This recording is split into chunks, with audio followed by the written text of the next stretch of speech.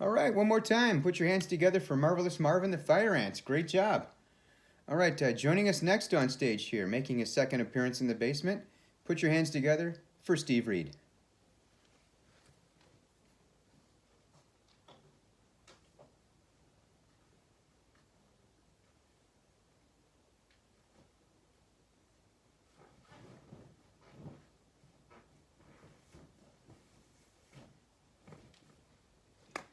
Hey, thank you so much. Thank you very much. So you know what?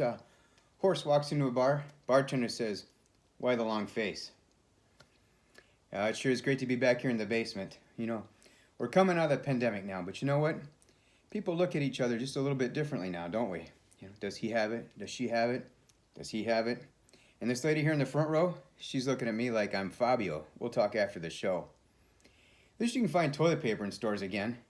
I was tired of wiping my butt with anything I could get my hands on, like Tootsie Roll wrappers, 40 grit sandpaper, gas station napkins, my daughter's Barbie doll dresses. You name it, I was grabbing it whenever I had a code red.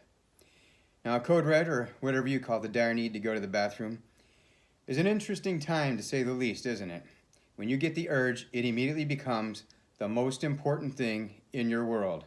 You could be having sex, giving birth, or next in line at the DMV, and all that suddenly comes second to having to find a toilet. So if you're with a friend, or worse yet, you're on a date you're trying to impress and you excuse yourself to go to the bathroom, you get back and they politely ask, "How'd it went?" Your answer probably shouldn't be, "Okay," for the most part. I see a few people here wearing masks, and that's fine, safety first. There was a time when the only place I'd wear a mask was when I went to the sperm bank. I can hear him now as I'd pull up. Reads back, grab the lotion.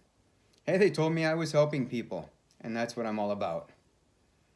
One other thing I've noticed about the pandemic is that people are nicer now. Like you guys. You're so nice you're going to laugh at everything I say. Like after breakfast this morning, I laminated my testicles. See, you're laughing. It wasn't so funny at the time.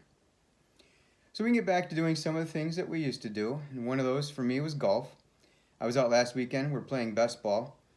Well, the two best balls I hit was when I stepped on the business end of a rake in a sand trap. Also not too funny at the time. People are starting to fly more. I mean, not with their arms, that's too tiring. But you take the tragedy of 9/11, throw in a pandemic, and now getting on a plane has really got to be worth the trip. Like going to the Super Bowl of the Lingerie Football League.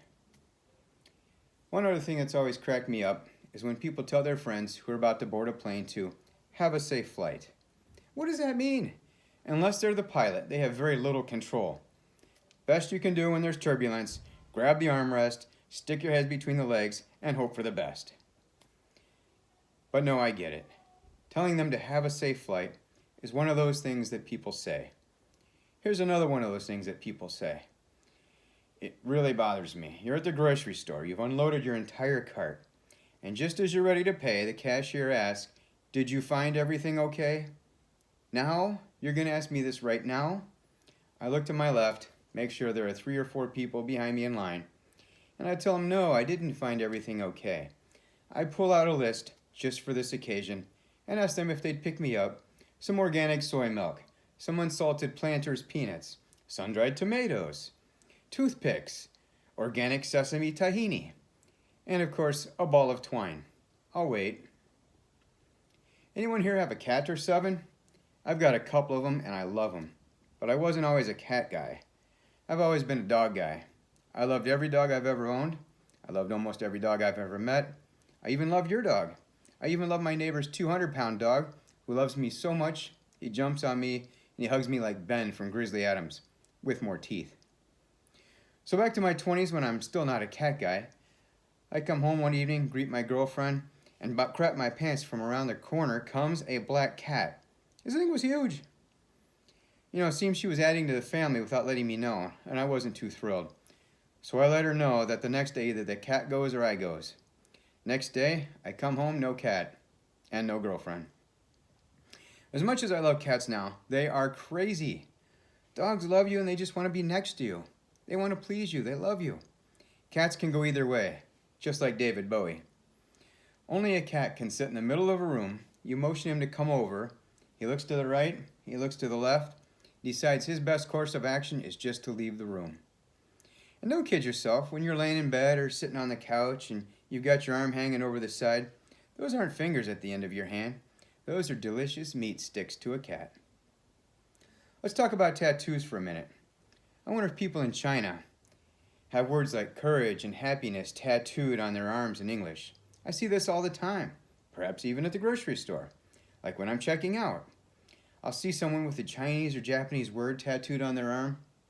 I'll ask them if they speak Chinese. The answer is always no. So I'll ask them what their tattoo says, and then they'll say something like family or strength. And I'm thinking, hey, let's master English before you move on to a little more challenging language. I'm also thinking, how do they know that the tattoo artist didn't mess up or was messing with them, and now they've got dipshit or cornhole tattooed on their arm? So I call up my friend Zheng Li from Beijing, and he says, hey Zheng, I need to talk to you about tattoos.